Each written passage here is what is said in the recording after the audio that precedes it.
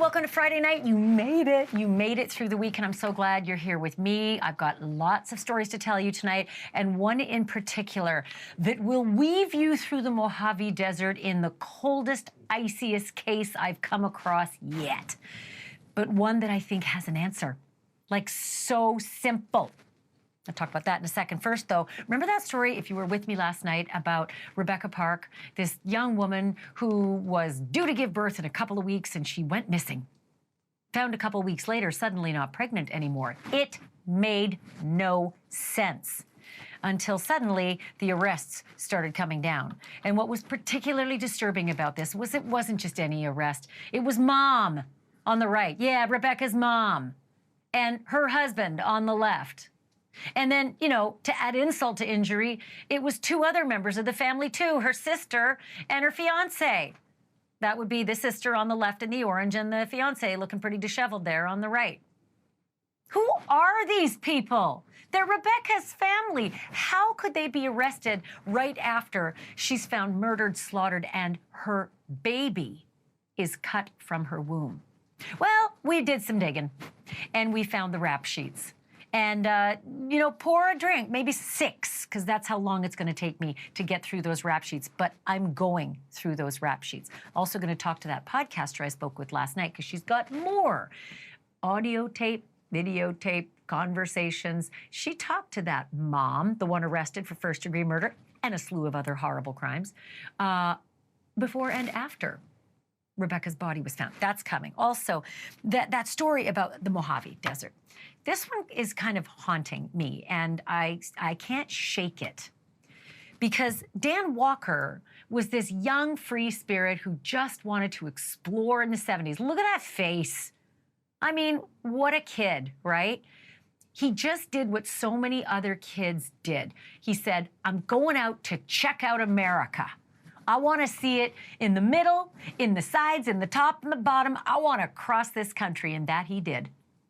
He left Chicago, and he ended up in California with one of those really cool hippie vans checking out the country.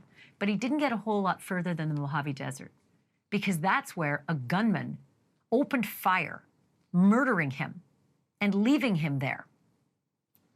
Gunman didn't know there was a witness. Yeah, how this case went ice cold is shocking. But how they somehow let a serial killer slip through their fingers, a serial killer who confessed to doing it, is even more shocking. And here's what might really piss you off tonight. Yeah, Friday night piss off. That serial killer's still around. And the clock is ticking because he's on Idaho death row. And since we know so much about Idaho, he's due to face the firing squad. I'm going to talk to Dan Walker's brother tonight, who wants to talk to that serial killer. I'm also going to find out why, in the ever-loving God, did they lose the evidence. All right, so all that's coming ahead, plus the Fabergé egg. You probably heard me tell you the story about the thief who swallowed the Fabergé egg so he wouldn't get caught stealing it. Yeah, well, they caught him, right? It's so pretty. Look at that. They caught him. And what do you suppose they had to do to get it back? It's exactly what you think. They had to wait. They had to wait for movement in the case. Turns out there was movement in the case. And I've actually got the picture. Yeah, that's coming in just a moment. I'm going to start here, though. This time of year, this is always when you see groups of people holding candles outside. They're usually Christmas carolers, or it's some kind of Christmas gathering of some sort, but not tomorrow night. Not in a small town in Michigan. That is where Rebecca Park's candlelight vigil is scheduled to be held. She is this young mom-to-be that we told you about last night. She disappeared a little over a month ago while pregnant. Thing is, when she was found dead 3 weeks later in a national forest, she was no longer pregnant, and there was no sight of that baby anywhere. What's worse, Rebecca had been stabbed to death, and whoever did it cut her baby from her body. Rebecca Park's fiancé is now free to attend her vigil if he so chooses, and I say that because both he and Rebecca's sister, Kimberly, are out of jail tonight after a judge drastically reduced their bail to $5,000. Don't get mad yet. Don't get mad. Here's why. They were both arrested the day after Rebecca was found. Yeah, that's not good. But the sister was arrested for allegedly lying to the police and evidence tampering, not murder. And that fiance there on the right, he was arrested for allegedly delivering meth, but not murder. Not yet. So Kimberly, that girl there on the left, the sister, she's not going to be attending her sister Rebecca's service because she's confined to her house with an ankle bracelet. And I think it's real safe. I'm just going to go out on a limb here to say that Rebecca's biological mom and her stepdad, they're not going to be making the vigil either, because Bradley Bartholomew there, and that would be Courtney Bartholomew, his wife, they've also been jailed, but they're being held without bond. And their charges are a hell of a lot more serious, like first-degree murder, felony murder, torture, conspiracy to commit torture, assault on a pregnant individual causing miscarriage or stillbirth, conspiracy to commit assault on a pregnant individual causing miscarriage or stillbirth, unlawful imprisonment, and removal of a dead body. So I need to take a breath because that's a lot of talking, because that's a big list. And of course, that list is more than enough reason to deny those two a shot at bond, right? But at their arraignment this past Tuesday, I needed to pour more drinks because the judge cited something else. The fact that Courtney and Bradley Bartholomew both have long and ugly rap sheets. They both have records dating back more than 20 years, mostly for petty crimes, but not entirely. Bradley's record, let's start there. It starts in 1997 with what appears to be theft. Congratulations, Bradley. Nice way to start. The paperwork calls it receiving and concealing $100 or less, and there's a similar count of that in 2002. In 2001, he's charged with forgery. Get a little more serious. And then there's driving with a suspended license, which, honest to God, this seems to be a hobby of Bradley Bartholomew's because he's been busted for that 10 different times. But in 2011, that's when he really doubled down, got real serious about his criminal future. He was convicted of criminal sexual conduct in the third degree. In 2014, 2017, and 2024, he failed to comply with those pesky sex offender registration requirements, you know, for that whole sex charge from beforehand. But let's flip over to Courtney, shall we, his lovely wife. First, she ran afoul of the law in 2003. And yeah, okay, it was over an unlicensed dog, but she wet her whistle, because the next year she was caught with an unlawful license plate. Yeah, that's probably more serious. And then, like her husband, she had several arrests for driving with a suspended license. But then she got even more nasty. There's a charge in 2005 called financial transaction device fraud. And in 2018, another one for false or forged ID. So, seems like she's becoming a pro. Because in 2020, Courtney was convicted on 2 counts of lying to a peace officer. And in 2023, she falsely reported a misdemeanor. So yeah, career criminals just working their way up the felony ladder. True crime podcaster Stephanie Pratt has interviewed Courtney Bartholomew more than once. And she shared some of Courtney's comments right here on our show last night. But tonight, there's more. More comments from this suspect that have never before aired on TV. Stephanie Pratt asked this jailed mom straight out, was your husband Bradley with you in the house the night your daughter Rebecca, the victim, the dead woman, you know, whose baby is now gone? Was Bradley right there in the house with you the night of the murder? And here is how the new suspect, Courtney Bartholomew, answered. Was Brad home at the time? No. Had to think about that one for a while. How do I answer this? No. Stephanie Pratt's podcast is called Steph's Case Files, and I'm pleased to welcome Stephanie Pratt back to the show. Stephanie, you've been doing really good work on this case. I think you're leading in the reporting. Tell me a little bit more about your conversations with Rebecca's mother. Well, as you saw in that clip, the actual time span that it took her to answer me on whether he was there or not was 12 seconds. And that was a very long and silent 12 seconds. And to me, it was a simple yes or no answer. Was he there or wasn't he there? So in those 12 seconds, a lot of things I feel went through Courtney's mind. She's asked me this direct question. How do I answer this? Do I answer it in a way that puts him here in a safe time, maybe when her son was awake? Or do I just flat out lie and say no? And as you heard, she decided to say no. I'm curious if your spidey senses tell you whether these folks are clever like a fox, or complete morons. And in my line of work, I come across more morons than foxes. I just don't know if she was doing the mental gymnastics or if she just started to realize, I think I might be painting myself into a corner. Well, to be nice about it, Ashleigh, I have said several times it's almost like an episode of Dumb Criminals, because there are textbook 101 mistakes in this, from leaving a digital footprint of research beforehand to straight out lying to not just me, but several content creators about where and who was with her that night, times. And so there was shadiness going on from moment one with Courtney, and wading through all of her statements was challenging. But once we put it together in our head, it was simple. She was leading us, thinking she was leading us in a different direction. In fact, she sent someone a message from her Facebook stating that she was trying to do reverse psychology on us. That's her quote. And I couldn't believe what I was reading, because we are sitting here thinking there's no way that you're going to convince us that you didn't have some sort of part of this.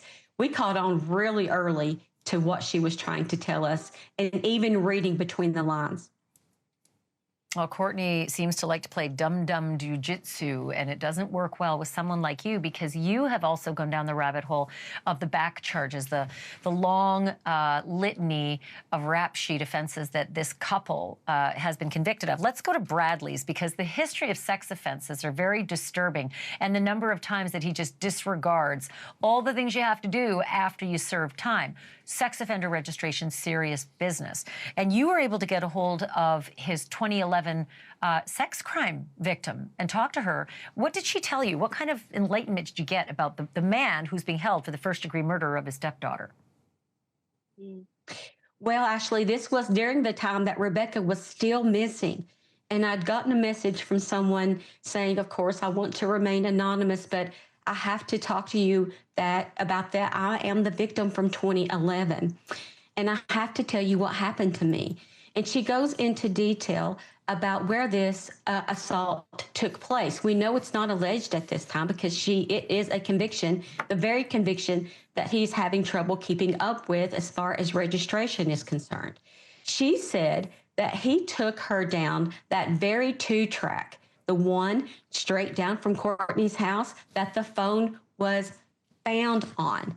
So this puts history with Brad assaulting women down that same 2-track. She told me this happened in 2011, and she has never recovered from it. In fact, now she has a 14-year-old daughter of her own. And Brad, in recent times, has tried to contact her own daughter and establish a relationship with her. Well, that has got to be a massive sex offender registry offense as well, contacting the offspring of your victim. I hope that they reported that to his parole officer. Let's flip over now to Courtney Bartholomew and her long rap sheet. Too much to get into. I listed it off. Those were the greatest hits. But the interesting part is that there were court documents showing Courtney had lost custody of her older children. What was the reason that she was no longer allowed to see her own kids? She has a 25-year-old son, and there was a part of court documents that talked about her not understanding the dangers of having a sex offender around her children. And I believe that there was several situations where she did have children around sexual offenders. This time didn't seem any different. She married one. In fact, he is not allowed to live at her home. She told me he was living in a tent 7 miles from her home because he's not allowed to be there. He's not allowed to be around minors. Her 14-year-old son is a minor. And he is caught on tape during the time that the protests were in front of the home of him being around that minor, which is another violation of this 2011 order. So, Stephanie, just to be clear, I mean, we keep showing this picture of Bradley Bartholomew, but I'm having trouble following the bouncing ball with these criminals. Was Courtney with another sex offender, and that was the genesis of the problems that she faced when she lost her kids? It wasn't even this one, this Bradley Bartholomew sex offender. It was another sex offender she was with? That's right. It wasn't Bradley. It was someone else. And when Rebecca was born, I want to note this. Rebecca was about a year old. Her and Kimberly are very close in age. And one of the reasons why she lost those girls was because she tried to drive off a bridge with them in the car.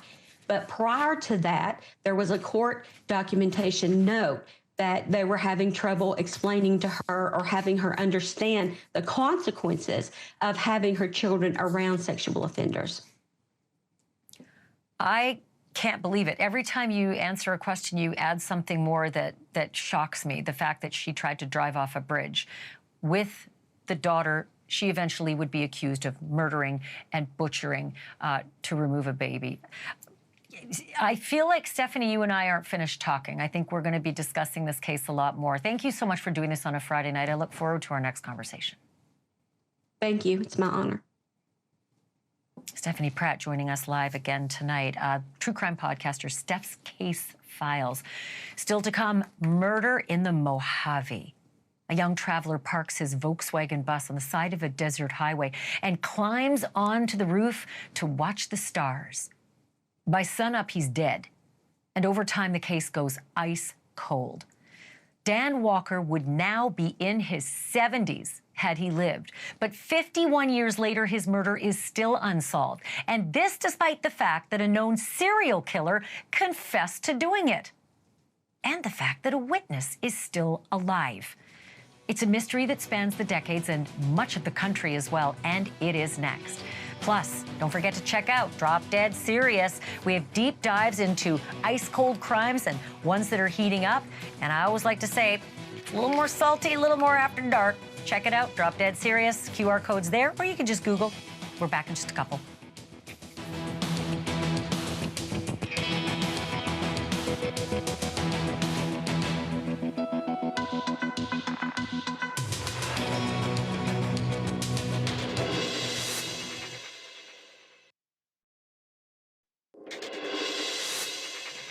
The odds of finding Dan Walker's killer fell to somewhere below non-existent and never. And that was back when we were all still wearing bell-bottom jeans and listening to 8-track tapes. Dan was shot to death by a person or persons unknown for reasons unknown way back in the fall of 1974. At the time of his death, he was 21 and off finding himself in the California desert. His little brother, Doug, has carried that gaping loss with him ever since. And though no one has ever been arrested or charged in Dan's death, Doug now believes, after all these years, he knows who the killer is and exactly where to find him. Here now, murder in the Mojave, reported by Larry Potash of NewsNation affiliate WGN in Chicago.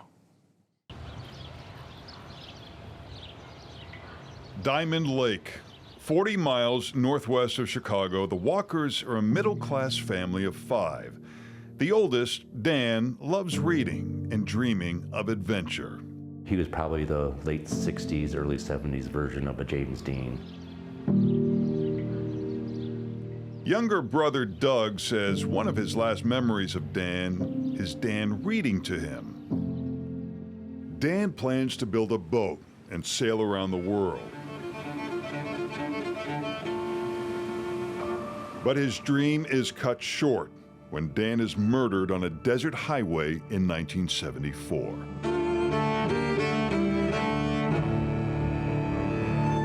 Most of the people in my life didn't know this happened in our life. We just didn't talk about it. Rumors persist for decades, and after years of silence, Doug finally decides to pursue the truth.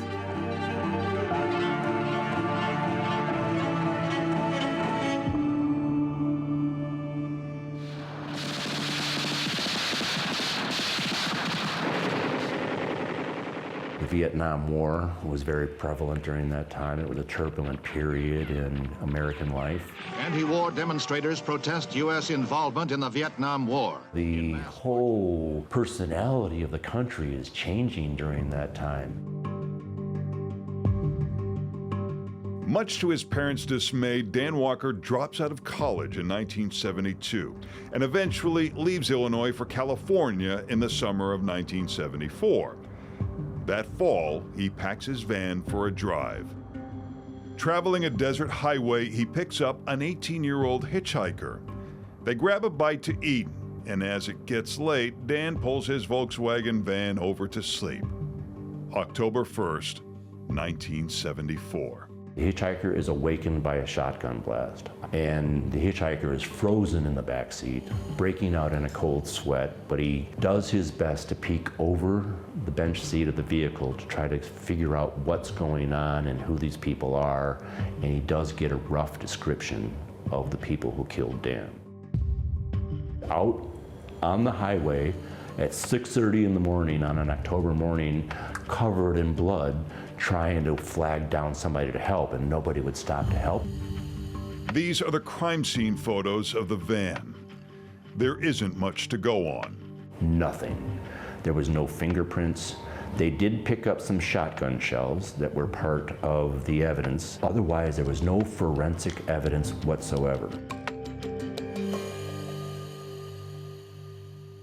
In 2010, Doug and his wife Loretta travel the route to get a feel for Dan's experience. In 2023, on the 49th anniversary of Dan's murder, Doug publishes his book, Daniel, My Brother.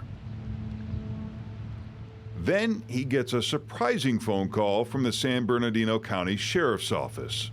Did you have a relative that was murdered in the Mojave Desert in 1974? And I go, yes. What was his name? I go, Daniel Ashton Walker Jr. And they go, well, we think we know who killed your brother. The killer? According to investigators, a serial killer who claims connections to a satanic cult and a motorcycle gang. He claims to have killed 49 people. Thomas Eugene Creech is on death row in Idaho. Thomas Creech was kind of a drifter in the 73-74 time frame. By his own admission, he says he worked for motorcycle gangs as an enforcer, and 73 and early into 74, it appears he went on a murdering spree. Police confirm 9 murders in Oregon, California, Wyoming, and Colorado. He also kills a man in prison. What motivation would there be for him to confess to all these murders if he was still going to end up on death row? He was kind of grandiose at the time, and he was very much trying to promote, he and his lawyer at the time were trying to make a little bit of money off of this, I think. And so he started admitting to murders that he didn't commit. So if you go back into his history, it appears he admitted to up to 49 murders, but most of those bodies they never found. The sheriff's office tells Doug that Creech gave a statement detailing Dan's murder back in 1975, but that statement was misfiled. What is it like to read that confession? It's intense, very intense. I kind of visualized over the years many times what my brother's murder looked like, but not from the murderer standpoint. Chills are literally run up and down your back, and you see the description of him talking to my brother before he actually murders my brother. So those things are pretty intense. In 2024, 2 execution dates come and go. In February, they reportedly cannot find a vein to inject lethal drugs. In November, a judge halts the second execution to investigate possible conflict of interest between the prosecutor and a judge. And why are you suspicious of that? Thomas Creech is a beloved man in his prison community. The guards were all advocating for him. In fact, Creech is married to a guard's mother. He has now retracted his confession. You think the motivation for him to deny his previous confession is what? He is saying, I did not kill Daniel Walker. I want to go to trial to have you prove that I killed Daniel Walker, and in that process, he can't be put on death row. So now what? With a serial killer's confession thrown into question, Doug Walker is forced to seek out the only other person who could possibly have firsthand knowledge of his brother Dan's murder. The hitchhiker. The hitchhiker in the back of the van. And amazingly, he found that hitchhiker. And what he learned would turn this case on its head one more time. Part 2 of Murder in the Mojave when we come back.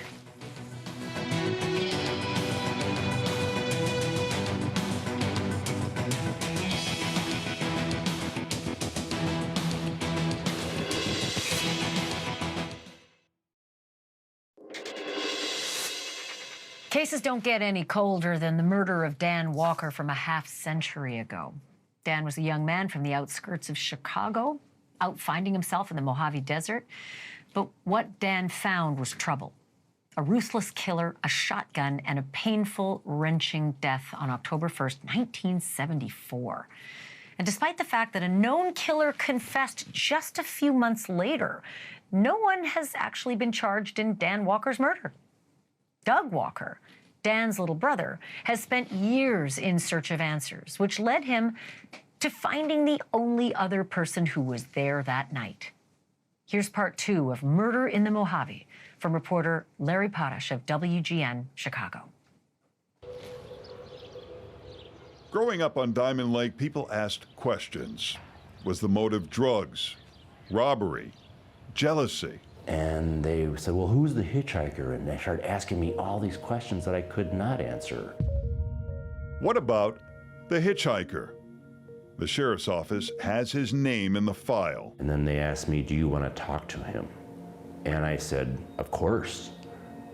But really believing, how do you find a hitchhiker 39 years later? Okay, I figured you're never going to find this guy. Doug and Loretta do find him in 2023. Ken Robinson is 67 years old. And what was that meeting like? Intense, very intense. Ken didn't know who we were. He wanted to know who Dan was. So he was very eager to find out who this man who he believed saved his life back in 1974. Ken says he and Dan really connected. On the night of the murder, Ken suggests Dan sleep in the back of the van. And Dan declined, saying, I just want to sit up here and watch the sunrise. And Ken Robinson took the bedroll. Ken Robinson believes that if they hadn't switched places, Ken would be dead and Dan would be alive. When we met, he is very much aware that Dan saved his life and allowed him to have a family and grandkids. And he knows how easily their positions could have been switched. Ken Robinson declined our offer for an interview, but Doug did record some of their earlier conversations where Ken recounts the night of the murder, October 1st, 1974. I woke up the first shot. The second shot, I was probably freaking out. That's when the glass and everything blew all over me in the back. What I was hiding behind was a bag, which the amount was a bowling bag. It had my spurs and my riding gear in it, and I was holding that up to give me some kind of protection when they started to shoot. Yeah. And to this day, I still think Dan knows them. You Really? do? Just something tells me that he knew them. It's just the when Dan said, man, don't shoot me. It was like he was talking to somebody he knew. It's just the way he said, hey man, please don't shoot. Doug does not think Dan knew his killers. There are still unanswered questions. Doug says some of the evidence, like shotgun shells, was destroyed by the San Bernardino County Sheriff's Department. How does that make you feel? Angry. Why? I had asked for Dan's file, his case file, his murder file for decades, and they wouldn't give it to me because they were afraid I could corrupt the investigation. How does destroying evidence not corrupt the investigation? But Doug is convinced it's Creech. It gets back to something Creech himself references in his statement. If there's one thing that convinces me that Thomas Creech is Dan's murderer, in his confession, he goes, I shot the guy, and then I reached in through the sliding window and pushed over his body so I could get into his pockets. And up until that point, I didn't even know a 1957 VW van had a sliding glass window. What do you want to see happen? It is in our best interest that Thomas Creech stays alive so I can ask him as many questions I can ask him that he's willing to answer. We have pretty serious evidence that this man was culpable for my brother's murder, but to this day, to this moment, he's denying that he killed my brother Dan. Doug would like to interview Thomas Creech himself. Do you want to say what you want to ask him? Tom, you're never gonna be convicted for this murder. The people that killed my brother, in order to go on with life, I had to forgive them a long time ago. And I'd hope, if that person was still alive, that I could forgive them to their face. If you're not that person, we can stop talking right now.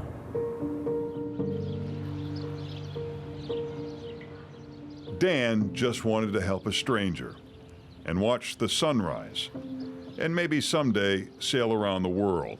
And for us, Dan's death changed our lives. My father, I don't think, ever recovered from Dan's death. What do you think would have become of Dan?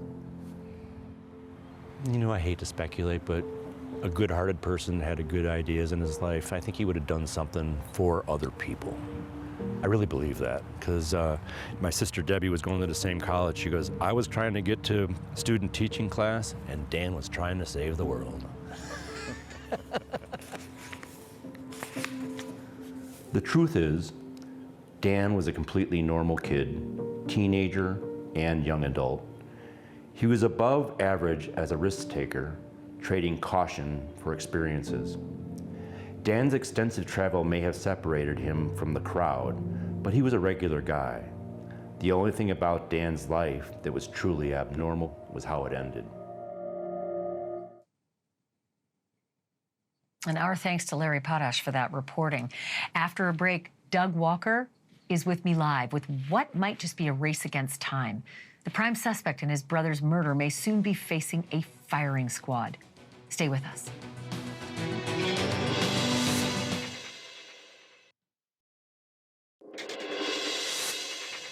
Did a serial killer on Idaho's death row murder Dan Walker in the Mojave Desert back in 1974? In 1975, he certainly claimed that he did. But years later, he recanted, and he instead told the authorities, prove it. And so how then did a California sheriff's office manage to misplace the killer's written confession and destroy critical evidence that could have confirmed it? Those are just a couple of the questions that keep Doug Walker up at night. He's Dan's brother, and he's been on the case and on the road trying to solve this for years. But when it comes to getting answers from the serial killer himself, who's the one and only suspect in the case, time may be running out. Doug Walker joins me now live. Doug, thanks so much for, first of all, for being on the show. Second of all, for telling this story. And third of all, for being committed to your brother, to your brother's memory and his cause, finding justice for him. It takes a lot to do this 51 years after the fact. I'm curious about Thomas Creech, this serial killer who's due to be executed. What's the status? Do you know about his execution, the timing of it? I do not know what his status is right now. I believe it's on hold. I think he's still filing briefs to avoid the death penalty in 2025. If it happens in 2025, it'll happen pretty soon, I think. He thinks that they're still going to try to put him to death. I have my suspicions that it may never come down, but we'll see what happens. Well, I know Idaho is keen to do it. You know, the Brian Koberger case pushed them to build the firing squad chamber, and so they're getting closer and closer to making that a reality. Have you had a chance to interview him again? I know you've had these conversations before through lawyers, but have you had a chance to talk to him, and have you got an appeal to speak with him now? I haven't had a second chance to speak with him. We were going to go visit him in prison, but then he was put in the death house, and you can't actually visit a person in the death house. So we had a conversation with him from his lawyer's office in Boise, and it didn't go as well as I would hope. He, at the very end, I personally connected with him. I had a lawyer friend of mine, actually conduct the interview. And at the very end, I spoke up and I said, "Thank you for your time." And he goes, "Mr. Walker, I had nothing to do with your brother's murder." I hesitate going to see him again because I'm just going to get the same answer. And the reason I'm going to get the same answer is I'm sure he's getting legal advice saying, keep denying, because he wants to go to trial for my brother's murder, because if he's on trial for my brother's murder, he cannot be executed. I mean, the dilatory tactic, as they call it in the law, is like exquisite if you think about it, you know, that he's trying to buy time with your emotions, you know, on the line. But that's what serial killers do. They don't seem to care about the rest of us, that's for sure. He's also been so incredibly dishonest, and he's lied about so many other murders. Does that not also push you towards the possible theory that he is lying about your brother's murder? He's not a part of it. What you're asking me, do I think he might be lying in his confession that he was part of it? Yeah. Or that he's lying that he didn't do it? Lots of opportunities for him to lie, though. But the confession that maybe since he's lied about so many other things before, that maybe that was a lie. No, I don't believe it is. There's too many details in that statement. I hesitate to call it a confession because it's more of an overview of what police said he said. And there are details in there, Ashleigh, that only a person that was there would know. And as we all knew, the internet didn't exist in 1974, and he was a kind of a hitchhiking around the country and stealing cars during that time. How would he know of this murder in the desert if he didn't have something to do with it? He kept on bringing it up in jail. He brought it up as early as December of 1974 with police, and they just didn't follow up as well as they should have. And specifically, I was fascinated to hear about the sliding window in the old VW van. Nowadays, that would be an easy thing, like you said. With the internet, we'd all know about it. But back then, there were newspapers if you bothered to pick them up, and they had to be local most of the time. So that is a fascinating detail that he knew, that there was this sliding window in the van. So I'm with you on that one. That really piqued my interest. What about the hitchhiker? I'm still kind of stuck on the hitchhiker. Why was he not a suspect, or at least cleared as one? He was cleared pretty quickly because his actions that morning, Ashleigh, were nothing less than heroic. Him peeking out to try to get a description, breaking out in a cold sweat, and trying to get a description. And once he believed he was no longer in danger, he couldn't get out of the back of the van. He had to climb over my brother's body to get out of the van, which got him covered in blood. He runs out to the road. He's jumping up and down as semis are whizzing by. He's waving his hands, and I believe people must have thought there was a crazy man that escaped from an asylum who was covered in blood. Finally, and it doesn't surprise me, a Marine stopped. What does surprise me is that he had his wife and children in the car with him. And that Marine caused other people to stop. And then Ken went with a couple in the back of their van with Dan's body for an hour to the Needles Hospital, and then spent the whole day with the police, and they cleared him. He is not a suspect, and I never thought he was a suspect. I did believe that the police did their due diligence in regard to Ken Robinson. And then when I met him in 2010 and heard his story, I was more than convinced that he had nothing to do with my brother's murder. Well, it is a fascinating case. I hope there's resolution for you, Doug, but also for your brother, Daniel. And I love the title of your book, Daniel, My Brother. He was older than you. people will know that song. It's from a different era, but the book is called, like I said, Daniel, My Brother, Mystery in the Mojave. It's available now. Thank you so much. I really appreciate this, Doug. Thank you, Ashley. Thank you for having me, and thank you for having interest in my brother's continuing story. Well, we hope to hear from you again. Please keep us posted, and we will follow any developments, that's for sure. All right, I have to take another break, but don't go anywhere. You know that thief I told you about who tried to make off with an expensive Fabergé egg by swallowing it? Yeah, it turns out he's lost the waiting game. Police in New Zealand say their 6-day watch is finally over. He laid the egg, and up next, they're actually showing it. Back in a moment.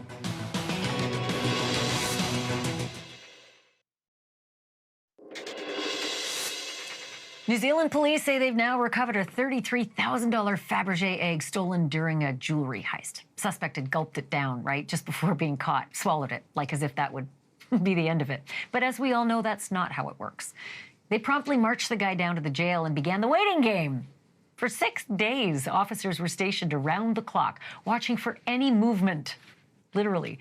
And finally, the 32-year-old crook couldn't hold on another moment. The egg was finally laid Thursday night. And believe it or not, the price tag, drop the banner, the price tag was still on this thing. Here's the photo that the police released. There's a gloved hand holding the Fabergé egg after the delivery. Price tag's down below. You can't see it. We're zoomed in too much. But the egg-shaped pendant was inspired by James Bond. They're not revealing the suspect's name, which is, I assume, a big relief to him. But nothing compared to the relief after dropping that evidence. Does it for us. Have a great weekend. Cuomo's next.